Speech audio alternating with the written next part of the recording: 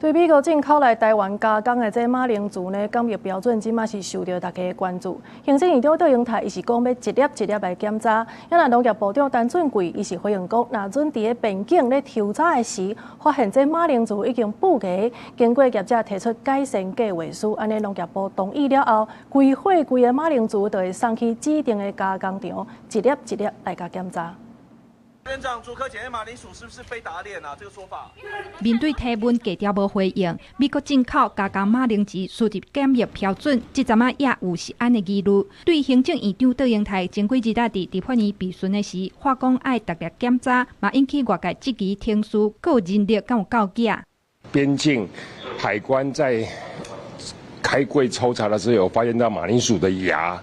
那這個芽如果經過業者提出所謂的改善計劃書，我們也同意的話，就會拉到指定的加工廠的指定地點去查核。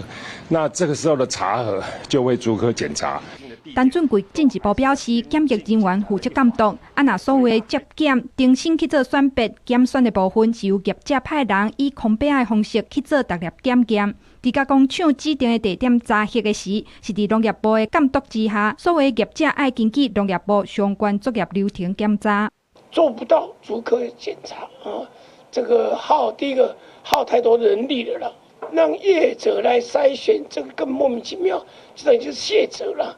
政府他的責任要挑起來，政府就是要為人民的食的安全來把關，這個不能夠跑掉啊，他就等於把這個責任就全部推給業者啊。好像方式變更。就好像那個食安的標準裡面呢，或好像是那個風險的把關會做一個降低。行政院也一直在澄清，進到國內要進到消費者的肚子裡面，不會因為整個運送規則的改變而去做任何的一個輕忽啊。